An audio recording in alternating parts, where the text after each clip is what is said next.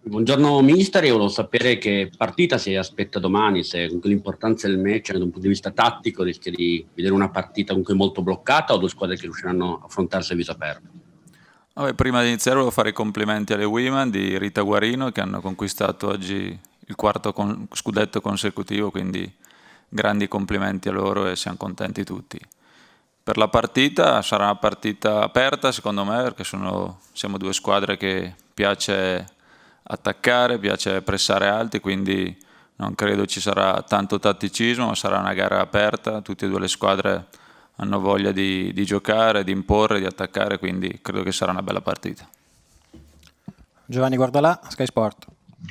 Sì, buongiorno. Una domanda sulla difesa, visto insomma ne abbiamo parlato, sono 10 partite consecutive che subite almeno un gol. Le chiedo intanto se rientrerà Chiellini e in questo caso chi resterà fuori tra Bonucci e De Ligt, e su Quadrado, che tante volte a Udine sentivamo dirgli di stare più alto, forse abituato a giocare spesso da terzino aveva la tendenza a schiacciarsi, e chiedo se domani lo rivedremo terzino sempre in quell'altra posizione. Grazie. Ma abbiamo fortunatamente tutti i giocatori per una delle poche volte a disposizione, questa è già una nota positiva, si sono allenati tutti bene, stanno bene, quindi avrò ampia scelta domani per poter decidere chi far giocare. Abbiamo 4 centrali per 2 posti perché è rientrato anche Demiral, abbiamo 2 giocatori anche in diffida, quindi anche quello potrà incidere nelle valutazioni finali della formazione, però stanno tutti bene, abbiamo tempo ancora per decidere chi far giocare. Giovanni Balzerini, Sport Mediaset. Buongiorno Andrea, ti faccio una domanda legata ovviamente all'attualità proprio recentissima. Visti gli ulteriori sviluppi, se il Milan, visto che ha negoziato tutto con la UEFA, dovesse centrare un posto in Champions, sarebbe sicuro di giocarla. Ad oggi la posizione della Juventus è un pochino più dubbia, diciamo. Pensi che questo possa inconsciamente influire anche sul rendimento dei tuoi giocatori da qui alla fine della stagione? No, perché il nostro obiettivo è quello di guadagnarsi sul campo la qualificazione in Champions, abbiamo solo questo in testa, non guardiamo a quello che succede al di fuori dell'ambito del rettangolo di gioco, quindi siamo concentrati su quello che dobbiamo fare in campo. Sergio Baldini, Tutto Sport. Buonasera mister, una curiosità, a Udine dopo l'abbraccio collettivo al secondo gol di Ronaldo, Ronaldo è rimasto fronte contro fronte con Baronio. Volevo sapere se c'era un antefatto, magari gli aveva pronosticato i 2 gol o se c'è un rapporto particolare, si è creato un feeling forte, l'origine di questa esultanza particolare. Ma no, c'è un buon rapporto con tutti. Cristiano ha un bel rapporto con tutti i ragazzi dello staff, ma con tutti in generale, quindi c'era l'abbraccio finale, è stato visto come un'unione di tutto il gruppo perché si voleva vincere la partita e siamo tutti concentrati e coesi per questo obiettivo, quindi quell'abbraccio è stato anche il significato importante per quello che stiamo ricercando, e quindi è stato importante anche che sia stato Cristiano il simbolo di questa rincorsa di domenica, perché magari dopo un po' di critiche che erano giunte in settimane lui ha risposto sul campo, e quindi l'abbraccio di tutti ha fatto sì che tutto il gruppo è coeso per l'obiettivo. Siamo a Giovanni Albanese, Sport Italia. Sì, buon pomeriggio mister, le chiedo se ci sono possibilità di vedere Kulusevski dal primo minuto, grazie. Sì, come ho detto prima, ho la fortuna di avere tutti a disposizione, quindi ci sarà spazio per tutti, avrò finalmente anche la possibilità di fare 5 cambi che sono fondamentali nel calcio di adesso, soprattutto nel finale di stagione, perché alzano il ritmo della partita, mantengono l'intensità alta e quindi sono importanti anche questi.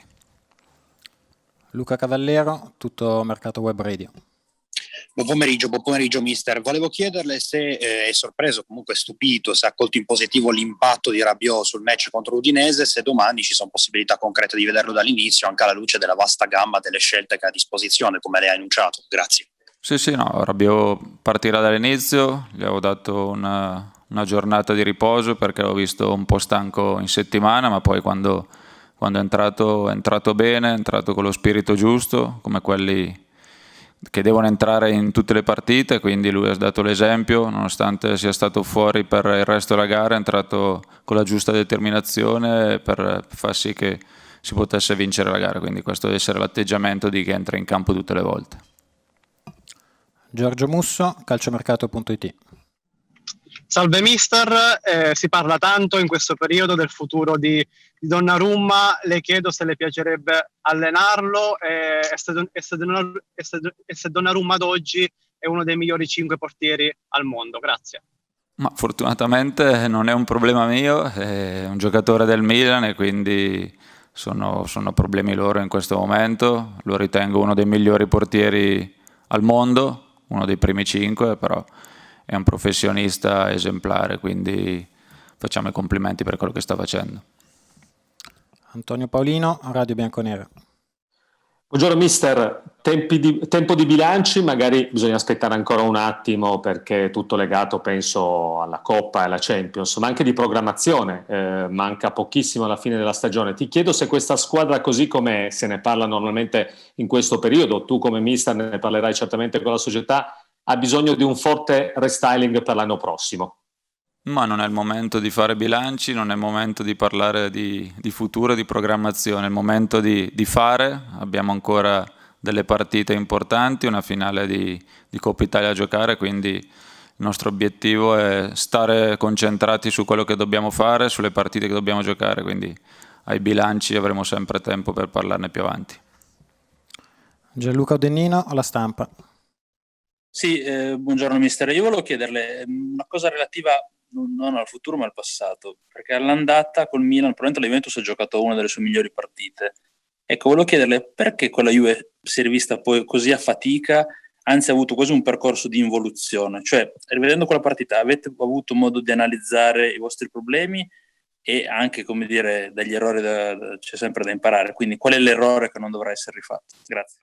Sì, abbiamo visto e rivisto la partita dell'andata, è stata fatta una buona gara, avevamo parecchie assenze poco prima della partita, sia noi che loro a causa del Covid, eravamo senza Quadrado, senza Alex e senza De Ligt e ci eravamo reinventati di fare una formazione proprio all'ultimo momento perché era successo tutto proprio il giorno prima, quindi è stata affrontata bene, con grande motivazione, ma penso che nelle grandi partite in campionato le abbiamo sempre fatte bene col giusto atteggiamento e nelle altre che magari abbiamo avuto più problemi. Quindi sono sicuro che domani sarà una gara interpretata bene, al meglio, c'è grande voglia, è stata una settimana fatta con il giusto entusiasmo, con la giusta concentrazione, i ragazzi li vedo sul pezzo, che questa è la cosa che mi fa stare più sereno. Paolo Tomaselli, Corriere della Sera.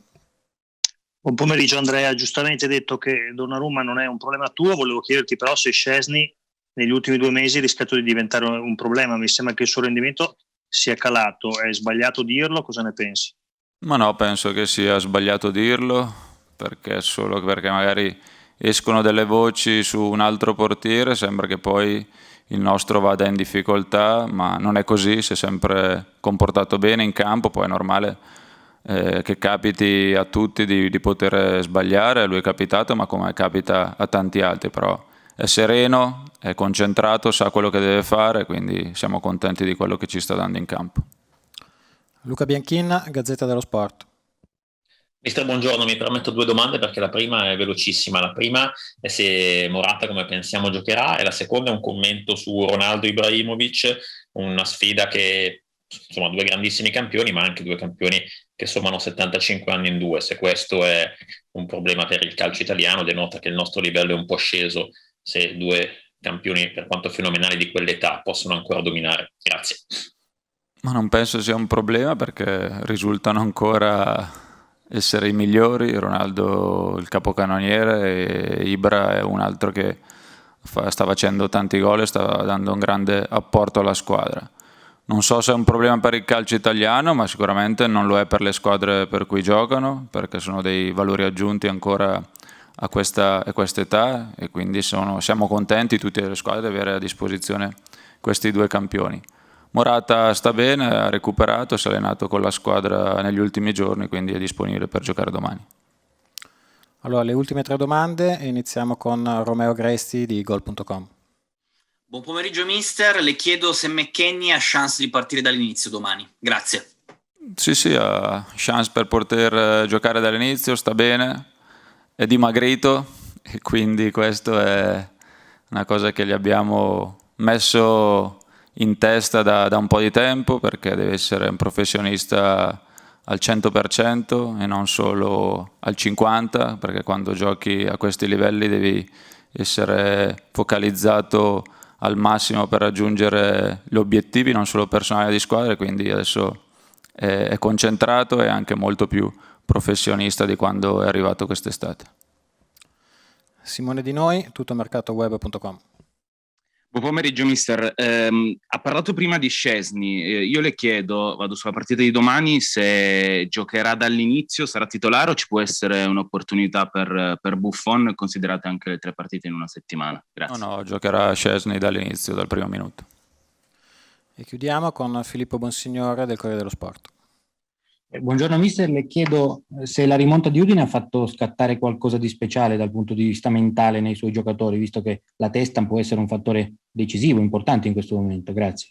Sì, come ti dicevo prima, l'abbraccio del secondo gol ha dato grande entusiasmo alla squadra, ai ragazzi, anche quando siamo rientrati poi a fine gara negli spogliatoi erano contenti perché sapevano di essere magari in difetto dopo il primo tempo giocato, ma questa grande reazione ci ha dato questo slancio per poter fare questo di finale stagione da protagonisti, quindi speriamo sia stato una cosa importante per fare bene queste ultime partite.